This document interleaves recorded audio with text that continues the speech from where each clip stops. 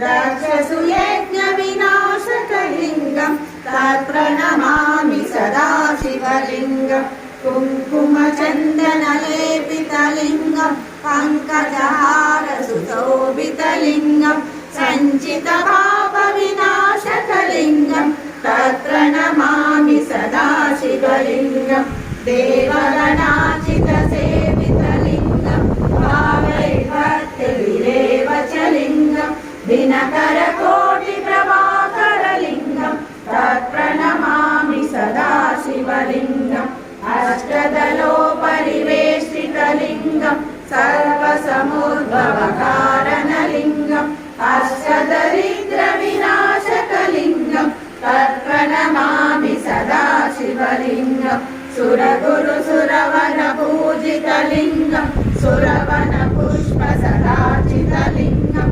परमपदं परमात्मकलिङ्गं